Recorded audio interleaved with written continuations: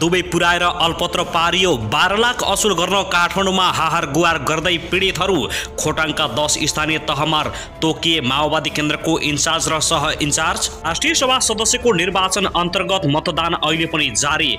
आजै मत परिणाम आउने। कसले मार्ला बाजी? गठबन्धनले मार्ला कि नेकपा एमाले? प्रधानमन्त्री देउवामाथि प्रदीप गेवालीको कडा आलोचना।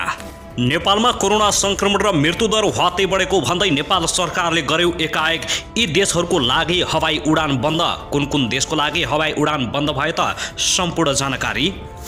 नेकपा एमालेका नेता तथा पूर्व मन्त्री गोकुल बास्कोटा भन्छन् आज नेकपाले यदि हार्यो भने उनीहरू खुसीले विदेशी रक्सीमा झुम्छन् होला। आज चुनाव भएको सबै ठाउँमा गठबन्धनले जित्ने माधव कुमार नेपालको ठोकुवा।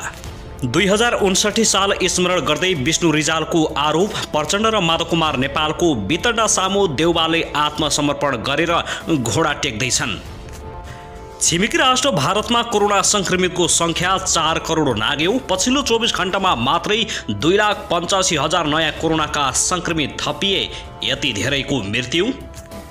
पीरके सलामीबाट निकै चर्चा र आलोचना खेपेकी मन्त्री रामकुमारी झाँक्रीले दिइन् स्वर्गीय पत्रकार विश्वकर्माको परिवारलाई आधा महिनाको तलब। अन्तत वैकल्पिक विधिबाट गरियो लिपुले कालापानीको गणना। विस्तृत विवरण आउन बाँकी। बन्दुक पड्किँदा काभ्रेमा एकजनाको घटनास्थलमै मृत्यु। भर्खरै आयो निकै दुःखलाग्दो खबर। भोट हाल्न हिँडेका प्रदेशसभा सदस्य चढेको गाडी दुर्घटना। निकै ठुलो क्षति। के कस्तो अवस्था छ त सम्पूर्ण जानकारी। त्यसैगरी लकडाउनबारे आयो निकै ठुलो खबर। कोरोना संक्रमित निकै घातक बन्दै गएको भन्दै नेपाल सरकारले गर्यो भोलिबाट यी जिल्लाहरूमा निकै कडा लकडाउन गर्ने घोषणा। बाहिर निस्किन समेत प्रतिबन्ध। हात्तीको आक्रमणबाट दमकमा एकजनाको ज्यान गयो। जबरजस्ती करडी अभियोगमा एक युवक पक्राउ। अत्यावश्यक बाहेक धनकुटा जिल्ला प्रशासनका सबै सेवा बन्द। र परीक्षार्थीहरूलाई निकै खुसीको खबर। अन्ततः यसै वैशाखमै हुने पक्का। प्रश्नपत्रबारे बोर्ड भन्छ यो मिडियामा भन्ने विषय नै होइन। ज्यान लिने कडालीका सडक 3 वर्षमा 422 जनाको मृत्यु। अब हेर्नुहोस् पुरा समाचार।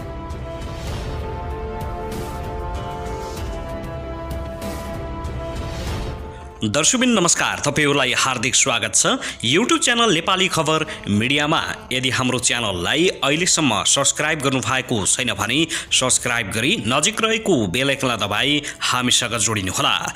दर्शकबिन सदा झैं आज पनि हामी तपाईहरुमाझ देशभरका विभिन्न अपडेटहरूका साथ उपस्थित भइसकेका छौं। यो भिडियोलाई अन्तिमसम्म हेरी हामीले साथ दिनुहोला। दर्शकबिन हाम्रो मेहनतको लागि एउटा सानो लाइक गर्न भनी नभुल्नुहोला। कहाँदेखि हेर्दै हुनुहुन्छ, के भन्न चाहनुहुन्छ, आफ्नो मनमा लागेका प्रतिक्रिया अवश्य पनि कमेन्ट गर्नुहोला। यदि तपाईँ नियमित हुनुहुन्छ भने नियमित भनेर कमेन्ट गर्न नभुल्नुहोला। यदि तपाईँ नयाँ हुनुहुन्छ भने म नियमित होइन पहिलोचोटि हेर्दैछु भन्नुहुन्छ भने पक्कै पनि सब्स्क्राइब गरेर हामीसँग जोडिनुहोला। दर्शकबिन आउनुहोस् आजको पहिलो खबरतर्फ लागौं। नेपालको जनसङ्ख्या 2,91,92,480 रहेको केन्द्रीय तथ्याङ्क विभागले जनाएको छ। विभागले आज राष्ट्रिय जनगणना 2078 को प्रारम्भिक नतिजा सार्वजनिक गर्दै 2,91,92,480 पुगेको जनाएको हो। विभागका अनुसार आज गणकले भरेका मुख्य प्रश्नावलीमा उल्लेखित विवरणका आधारमा प्रारम्भिक नतिजा सार्वजनिक गरेको छ। आगामी 6 महिनाभित्र विस्तृत नतिजा सार्वजनिक गर्ने विभागको योजना रहे पनि कोरोनाका कारण थप समय लाग्ने अनुमान गरिएको विभागले बताएको छ। जनगणनाको स्थलगत कार्य पहिलो चरणको गत भदौ 30 गतेदेखि असोज 18 गतेसम्म गरिएको थियो भने कार्तिक 25 गतेदेखि मङ्सिर 9 गतेसम्म मुख्य जनगणनाको काम गरिएको हो। दर्शकबिन त्यसैगरी आउनुहोस् अब अर्को खबरतर्फ लागौं। राष्ट्रिय सभा निर्वाचन अन्तर्गत बागमती प्रदेशमा भएको निर्वाचनमा 343 मत खसेको छ। 3 बजेसम्म तोकिएको समयमा प्रदेश सभातर्फ 106 र स्थानीयतर्फ 237 मत खसेको हो। बागमतीमा 109 जना प्रदेश सभा सदस्य भए पनि विवेकशील साझा पार्टीका 3 जना सांसद मतदानमा सहभागी नभएपछि 106 मत मात्रै खसेको हो। अहिले 4 बजेपछि मतगणना सुरु गरिने निर्वाचन अधिकृत दिल्ली रत्न श्रेष्ठले जानकारी दिएका छन्। 2 पदका लागि भएको निर्वाचनमा बागमती प्रदेशमा 6 जनाको उम्मेदवारी छ।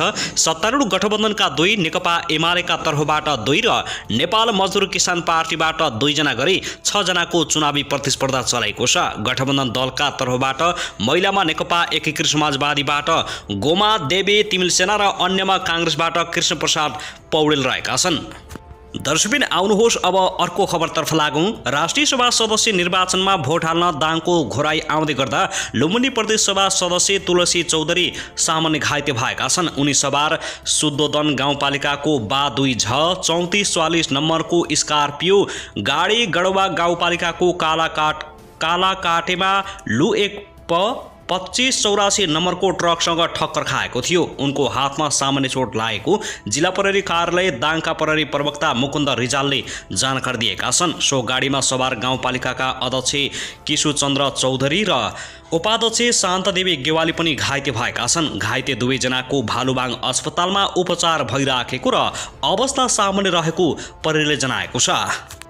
दर्शकबिन त्यसगरी स्वर्गीय पत्रकार लालबहादुर विश्वकर्माको परिवारलाई शहरी विकास मन्त्री रामकुमारी झाँक्रीले आफ्नो 1 महिनाको तलबको आधा रकम दिएकी छिन्। उपचारका क्रममा 26 वर्षको उमेरमै काठमाडौँमा ज्यान गुमाएका विश्वकर्माकी श्रीमतीको अछाममा रहेको नोबेल ब्याङ्कको खातामा झाँक्रीले रकम ट्रान्सफर गरिदिएको उनको सचिवालयले जनाएको छ। विश्वकर्माको निधनप्रति मन्त्री झाँक्रीको विशेष ध्यान आकर्षण भएको मन्त्री झाँक्रीकी प्रेस संयोजक शान्ति न्यौपालले बताएकी छिन्। अस्पतालको लापरवाही र आर्थिक अभावकै कारण उनको मृत्यु भएको समाचारहरू प्रकाशित भइरहँदा त्यो विषयमा सम्बन्धित निकायले सत्य तथ्य बाहिर ल्याउने पहल गर्नुपर्नेमा पनि मन्त्री झाँक्रीको जोड रहेको बताइएको छ। त्यसगरी उता भने सरकारले नेपाल र भारतबीच विवादमा रहेको दार्चुलाको नेपाली भूमि लिपुले कालापानी तथा लिम्पियाधुरा राष्ट्रिय जनगणना 2078 मा समेटिएको बताएको छ।